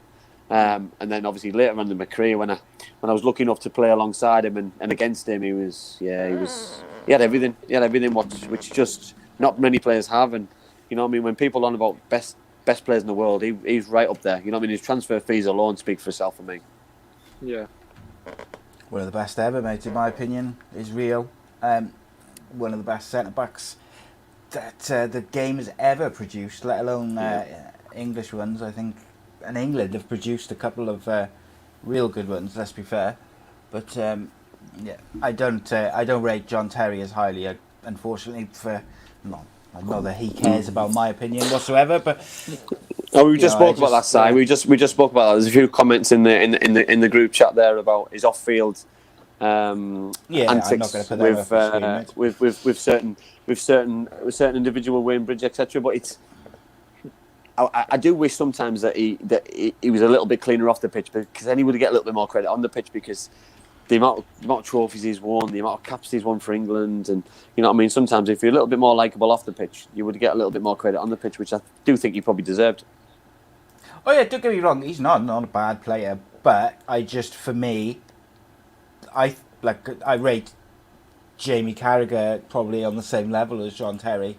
Yeah, Jamie Carragher never gets mentioned in the same breath as him and Ferdinand, and I don't really understand why, but yeah, of course, he's John Terry's off the field antics did not help him one bit. A cracking question from your dad, mate. I don't know if you've seen that. He said, Charlie, do discussions regarding dementia and concern you? So, like, Sorry, where people. So, obviously, there's been a lot of discussions and reports around players getting dementia from repeatedly heading the ball when they retire from football. And Andy's dad basically said, do those discussions regarding dementia concern you? I mean, when I was growing up, I was always told to use your feet as much as you can, but I always used to love heading the ball. I'm probably better on the ball with my head than my actual feet, but I don't really see. Obviously, it's the scientists. They're not normally wrong about stuff like that, but I mean, I'm not going to throw away my best trait for something like that in the future. Does it worry you, Charlie? Is it something what crosses your mind when you are hitting it? Definitely as I get older, yeah, definitely. You know, I mean, 'cause I was quite lucky that I hated heading the ball. I really didn't. I detested it. I was as a centre forward, you're always in that. You know what I mean? As a defender, you're always seeing the ball come into you. You can always head it. But as a centre forward, you're always flicking things on. You're always getting hit in the back of the head. So sometimes it was easier just to run in the channel than try and fight with a daft centre half to try and just bully her all the time. For me, it was a lot easier, a lot safer. But it's a dodgy one, isn't it? We've had a discussion, haven't we, about using different weighted balls for younger children. What age do they start doing it? Charlie just said there, you know, that if he didn't work on his heading in a daily basis, weekly basis, and it came to a game and it was his full debut for Carlisle United, or he was playing in the FA Cup and he mistimed a header because he's not practicing. You can't afford to waste those opportunities, you know. So, like, listen, I understand it's serious. I understand it's life threatening. It's for families, for individuals. But there's got to be decisions made. Yeah, 100%, mate. But one thing I was going to ask you. So I know you said like you didn't header the ball a lot, so it didn't really sort of come around to affect you. Vicious comment, by the way, of your wife. Vicious comment, that. Really? Vicious. That surprises me. Vicious. No hair to bounce off, Andrew. That's what I do now. Indeed. I was wondering, like, what about the players of the same era? Is there any which are having any issues that you know of? Obviously, I don't necessarily want you to like name them and stuff like that. But is there is there people who played at the same sort of era as you that are now suffering from some issues? I wouldn't say issues from that. Obviously, there's health issues. What are happening? Probably yeah. And listen, it's not nice, and you know what I mean. It worries you. You worry because you think, you know what I mean, or you see certain things happening. You look at the age, don't you? You know what I mean. Then I look at my age and think, oh Jesus, so it's 10 years time, or 11 years time, or 6 years time, and you think, you can't let things worry you. You can't let things, you know what I mean? And you try to convince yourself, like I'm just trying to convince myself there, that I didn't head the ball a lot. You head the ball sometimes. And I remember heading the ball once in a game that I headed it in the wrong place. You know when you head it in the wrong place, Charlie? That you head it right in the forehead. And the top of the head, and you have a headache for about a week. And it was like concussion. And sometimes you don't realise the damage that you're doing, do you, when you head the ball and you head it in the wrong place, or what's going on inside. And I think that's the problem and the dilemma that the scientists and the experts have got, that until there's so many tests taken for so many individuals and the real evidence is given to clubs, then it's going to continue until that. But then it's going to be too late, surely, for somebody or for some families or for quite a lot of people. And I just hope that they can can find an outcome to it. They can find a way around these kind of things, because they're harrowing, to be honest. They're really, really worrying for families, for individuals, for football, because, you know what I mean? I know, yes, size, the heaviness of the balls has changed. The dynamics of football has changed. Sports science has come in, and recovery, and the way that diets changed will have an impact. You know what I mean? But it's just constant, isn't it? You know what I mean? I looked at Harry Maguire at the weekend. The amount of times, he's like a magnet. The amount of times he heads the ball in the game is just phenomenal. So surely he does that on a daily basis, because his timings of his headers are immaculate. It's not just it's the distance, it's the power, and that's defending and attacking. You know what I mean? So it's a skill in itself by doing it correctly, but doing it repetitively over and over again is it's got to be quite worrying, I guess.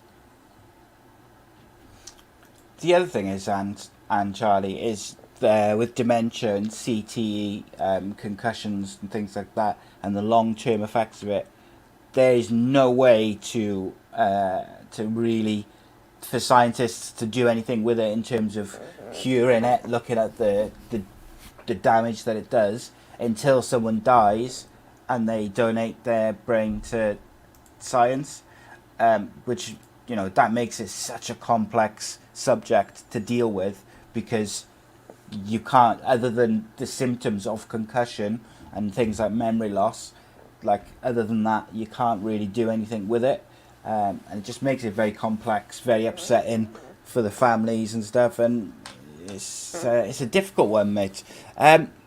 Right, Andy, is there anything further you'd like to chat to Charlie with, or ask Charlie, before we sort of look towards wrapping up, my friend? I'll probably pick one more thing if you want to have a look through the questions, and pick a couple of questions just to get Charlie. By the way, he's been an amazing, phenomenal guest. Obviously, I know we spoke about the importance, haven't we, about a huge part in my career. I'd just like Charlie to tell everybody about the loan spell that he had. He had a loan spell at a club quite close to him, and he was made captain quite early doors, which is a credit to any young player. You know what I mean? They're playing a men's level of football, which is absolutely fantastic. So, Charlie, how important was it to get that experience in men's football? Yeah, well, first thing on the captaincy, the lad that was the captain came back the game after I was captain, so I got to take it off. But even getting the phone call saying, "Listen, you've only just came in, and we want you to be captain. You've got a great sort of like a bit of a leader," and to be noticed like that at 18 years old, I was at the time, off a quite respected player, Chris Humphrey at the time at Preston, things like that. It was an ex-player, isn't he, Charlie? Ex-player. Yeah. Ex-professional footballer. And that was quite an achievement, even though it was a bit of a lower league at Kendal Town. I was still quite proud moment for myself. Yeah. I think it's important though, Si, isn't it? You know what I mean? We speak about how there's got to be a platform for people to show and impress, because we speak about this under-23 football, under-18 football. It's people are on about bringing back Pontins League football. I seen a debate the other day about it was Thomas Butler, ex-Swansea City. He's played for Sunderland as well, Republic of Ireland international. He put an old team sheet on. It was I think it was Man United against Swansea City when he was at Swansea in 2004. Man United had Makeda, had Darren Fletcher, had players coming back from injury. Ben Amos played in goal. It was unbelievable, and Gary Monk played centre half for Swansea. Obviously, Tommy Butler. For me, it's so important to have those kind of players, first team players, fighting, getting fit, showing that the worth. You know what I mean, and having that kind of experience. Because for me, it's competitive. For me, it's the best way to show the manager or coaches and fans that you're ready to go and play. You know what I mean? Playing well in youth team football is good individually, but then the managers are always a little bit like, well, it's still only youth team football, or it's still only this level football. You know what I mean? They've got to show me at this level and this level. Well, they can only show at the level that they're playing at. And for me, the leagues and the clubs have got to want that. If the clubs want it, then go to the leagues and tell them they want it. This Premier League 2, for me, not for me. It's not for me at all. I just don't get it. You know what I mean? You've got 18-year-old players playing Middlesbrough played Stoke City today, for example. You've got 18-year-old players playing in the under-23 league. It doesn't make sense. Yeah. You know what I mean? That under-18 player playing the Middlesbrough, it's a Middlesbrough reserve team. Playing the Middlesbrough reserves, it's still the same for me. Just play against other pros, experienced pros, young pros. It doesn't matter which dynamics are made of that team. Just make it a reserve team.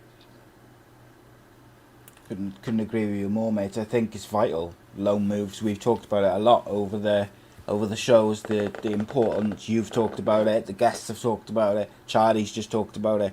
I guess loan moves have their benefits. I think obviously Chelsea have been criticised for loaning out players like year after year after year after year after year and then not doing anything with them.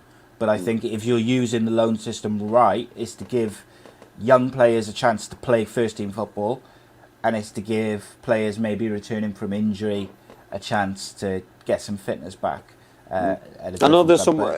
I'm sure I've seen a picture of Jack Grealish yesterday. Somebody tweeted a picture. He went to loan Notts County, didn't he? Yeah, he was. Yes, and he looked like a skinny, scrawny young kid. But he said it made him grow up. It made him learn how to play against fellow players. I think that's the importance for me. The important key that you spoke about Chelsea there, because I'm sure there's about 10 or 11 players at Chelsea who go on loan season after season after season, and they never play a game. I don't understand it. Just go and sign for that team. You might as well just sign for them. Well. Some of them have done like a 3-year stint at the same club, like on loan. And it's like, come on. Okay, a couple of questions we had earlier on which I missed. Cage Childs wanted to know how tall Charlie is if he moved to centre back. Sorry, what was that? How tall are you?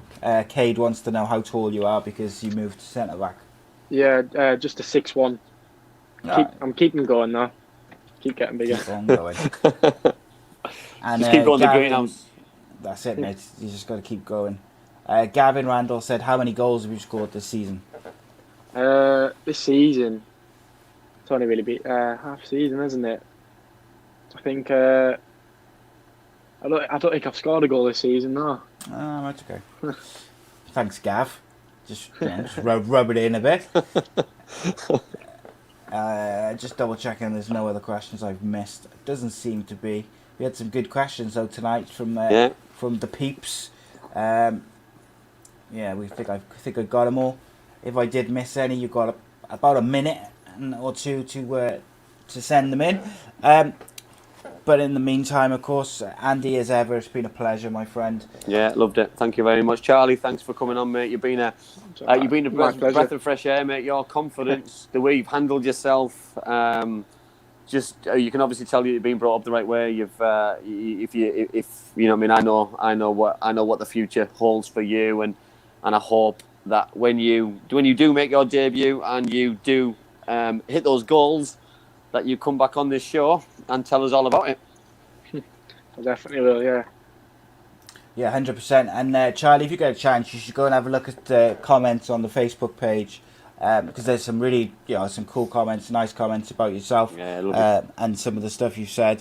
As ever, guys, a massive thank you to Black Diamond Sports and, of course, Bespoke Financial for sponsoring the show. They're giving out a free will at the moment worth £140 with any new policy which is taken out. So please check them out. Have a look at that amazing offer. And we'll be back on Friday for the... You've missed something? No, I haven't. No, I don't about that. Friday's Championship show, 7 p.m. We're already running over time, mate, so I don't want to delay it anymore. Friday's Championship show, 7 p.m. It's going to be an FA Cup show, basically. But it will be a very interesting show nonetheless, because we had some various news dropping this week. And Wednesday, MMA show, and it's got Cage Warriors flyweight world champion Jake Hadley on with me, myself and Danny, and we'll be talking Conor McGregor and the rest of the UFC from Wednesday, which was interesting, to say the least. Big thank you to everybody who has commented, liked and shared, especially Willie Boland, who popped in to have a look at the show earlier on, I noticed. To everyone else, it's been a pleasure. Thank you for the support.